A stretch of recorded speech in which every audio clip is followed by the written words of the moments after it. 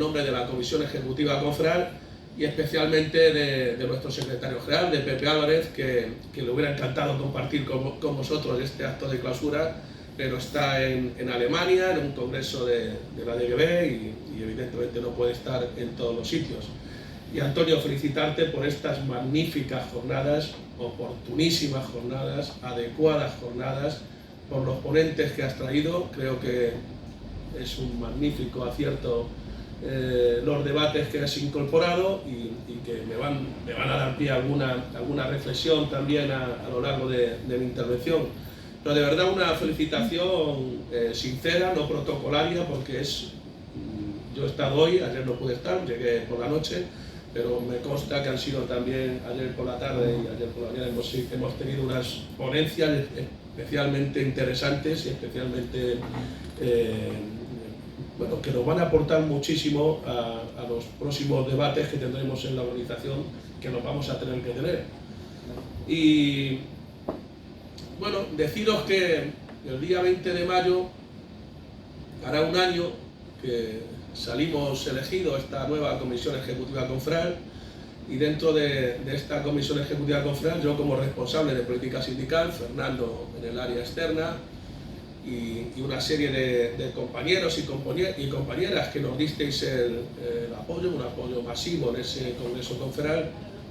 Y ha pasado un año y la verdad es que uno tiene una sensación de que ha sido un año, el año que lo hicimos todo, el año de un trabajo tan intenso. Yo salí un 20 de mayo y el 21, que era viernes, ya estaba en una mesa de diálogo social para renovar esos acuerdos sociales en defensa del empleo, que hemos firmado 6, y que han posibilitado que en este país 3.500.000 trabajadores que fueron al ERTE, 2 años después tengan su empleo, que miles de empresas que seguramente se hubieran quedado en el camino, pues sigan abiertas, y que ha sido una historia de éxito, porque evidentemente ha habido un gobierno progresista, pero también porque ha habido unos agentes sociales que hemos demandado esas soluciones que difieren de lo que ha sido siempre las soluciones en las crisis de nuestro país, en las crisis históricas de nuestro país. Diferentes gobiernos, las crisis se transformaban en pérdidas masivas de empleo. Millones de trabajadores iban a la calle y luego se buscaban en el tiempo soluciones o no. En esta no, en esta 3.500.000 trabajadores han retornado a sus puestos de trabajo con un esfuerzo de la sociedad, con un esfuerzo de todos y de todas, pero evidentemente con un magnífico éxito.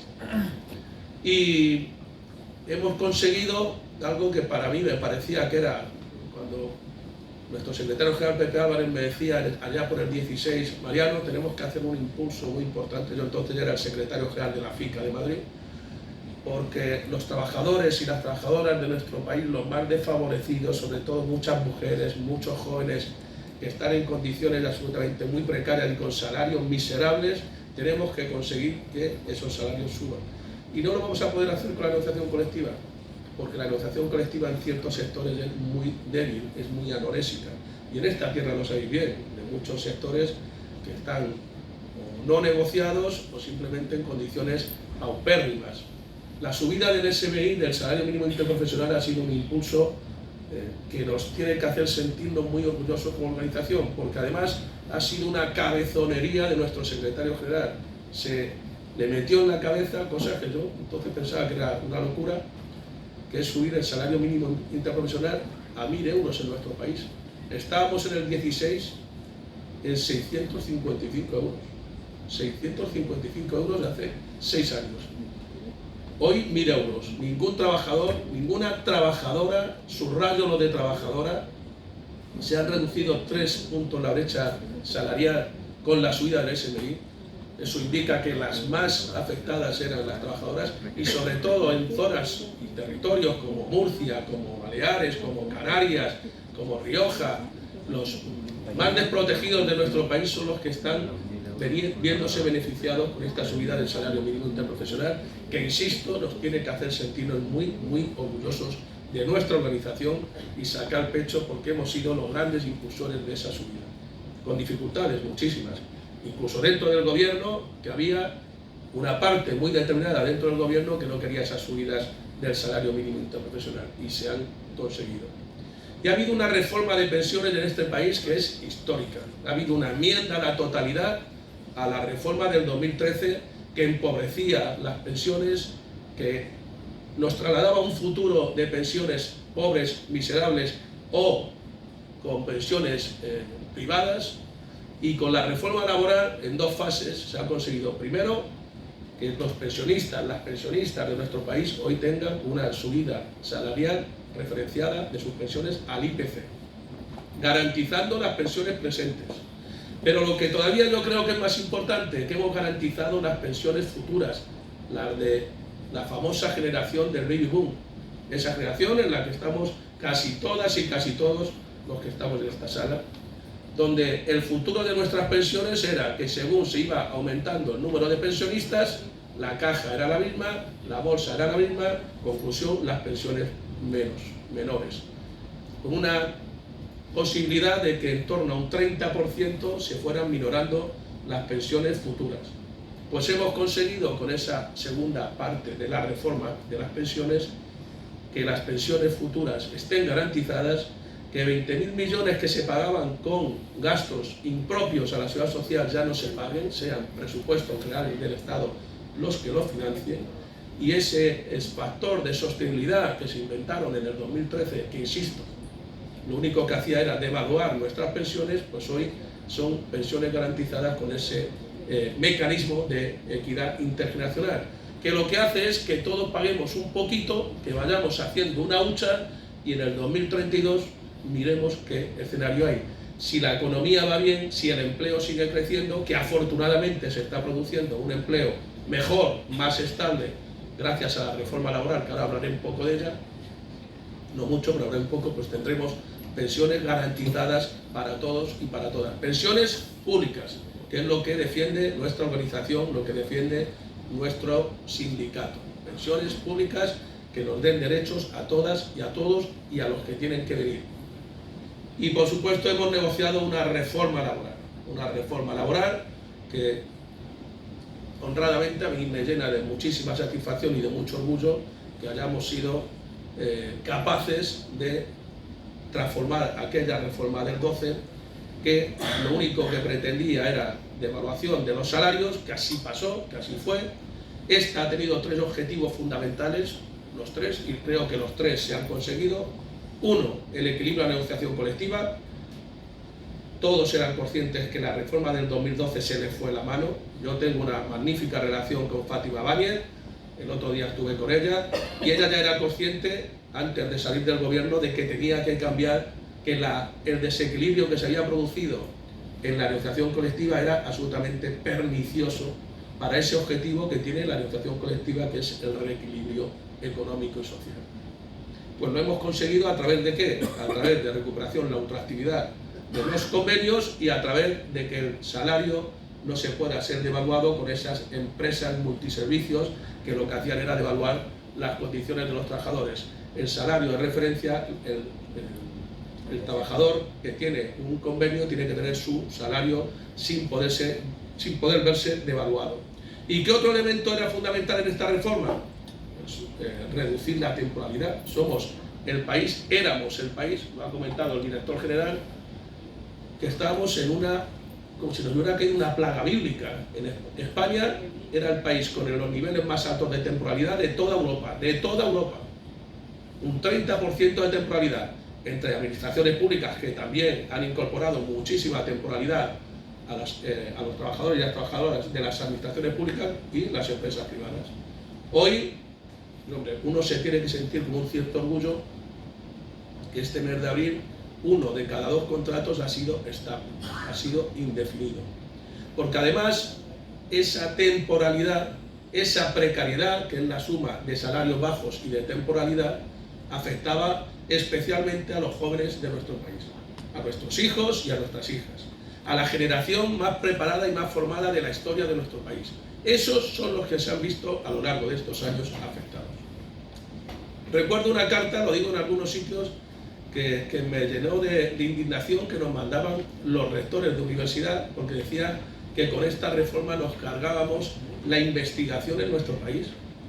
O sea que a los investigadores de nuestro país los tenemos que tener con salarios de miseria, perdón, de mierda, que no se le puede hacer un contrato estable a un trabajador, o sea, a un investigador que tiene que hacer una investigación que puede durar 2 años, 3 años, 4 años, no se le puede hacer un contrato indefinido.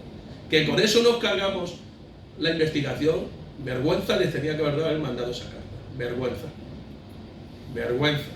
Porque ellos no tienen ese problema, esos que mandaban la carta, ellos sí tienen un salario fijo, una estabilidad económica, unos salarios altos y rascándose la nariz por no decir otra cosa, que no me quiero calentar. Pero como los del metal nos calentamos, ya empezamos a hablar más. Entonces no me quiero calentar. Vergüenza. Y lo hemos conseguido con esta reforma. Y nos tenemos que sentir orgullosos. Y hemos conseguido que cuando una empresa multiservicio, que ha sido el otro elemento de evaluación de las condiciones de las trabajadoras, especialmente, y trabajadores, pero especialmente trabajadoras, hagan una actividad, pues tengan que cumplir con el convenio de la actividad. Nosotros pedíamos más, Nosotros pedíamos el convenio de la empresa principal. No fue posible, porque se llegó a un acuerdo. Es la primera reforma en la historia de nuestro país que no se pierden derechos y es la primera reforma que ha sido fruto del acuerdo de COE, CEPIME, los 2 sindicatos mayoritarios y el gobierno. Esos son 2 elementos que son fundamentales para que esta reforma tenga éxito. Luego tendremos que darle las gracias a San Casero, que también tuvo un día bueno ese día y puso el voto encima de la mesa, porque algunos partidos que se llaman de izquierdas y se llaman progresistas votaron en contra de esta reforma.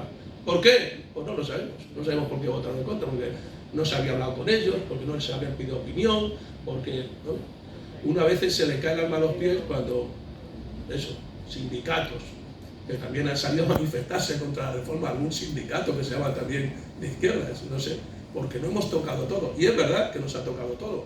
Había un componente en los acuerdos que tenía el Gobierno de España con Europa, la componente 23, y tenía un perímetro negociador, que nos hemos adaptado a ese perímetro negociador.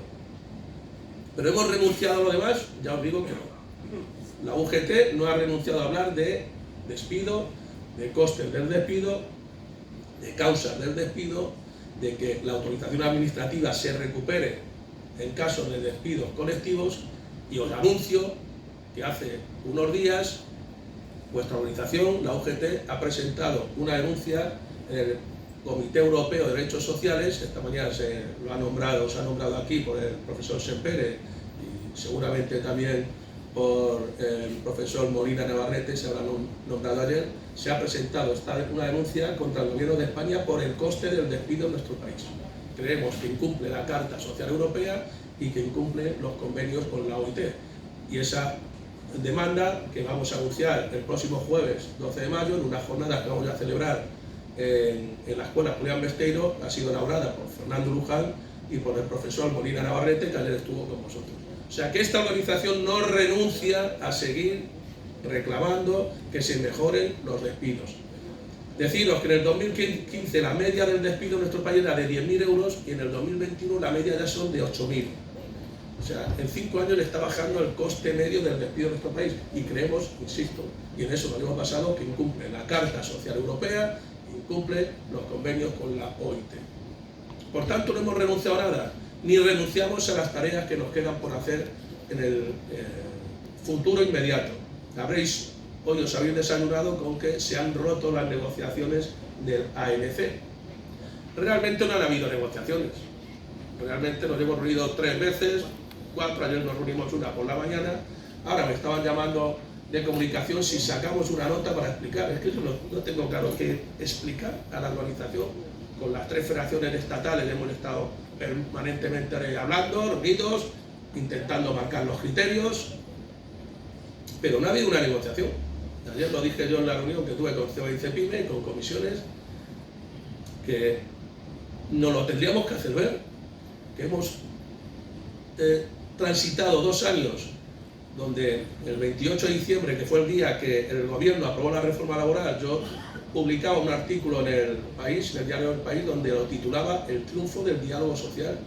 Y ayer le decía a la COE, pues igual este triunfo no era tan triunfo, Igual, si estamos tutelados y nos llevan de la manita el gobierno, un gobierno que pretende que haya acuerdos, pues entonces sí nos ponemos de acuerdo.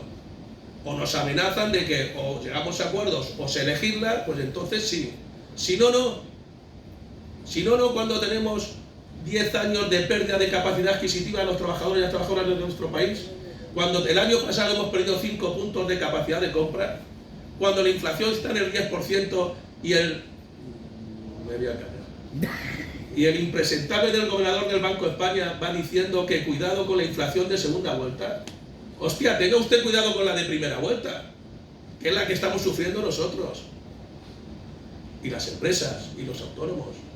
Y ahora que me dice usted que los trabajadores tenemos que seguir sufriendo esta inflación desorbitada mientras las empresas están forrándose, mientras el año pasado 62.000 millones de euros ganaron las empresas en este país, las del mercado continuo, las de Iberia, ya no te digo nada.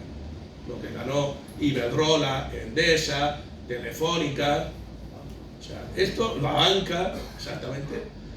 Ellos pueden ganar dinero a mogollón. Y los trabajadores apretarnos el cinturón porque hay que tener mucho cuidado con la inflación de segunda vuelta. Váyase usted a la mierda, como diría el cantante.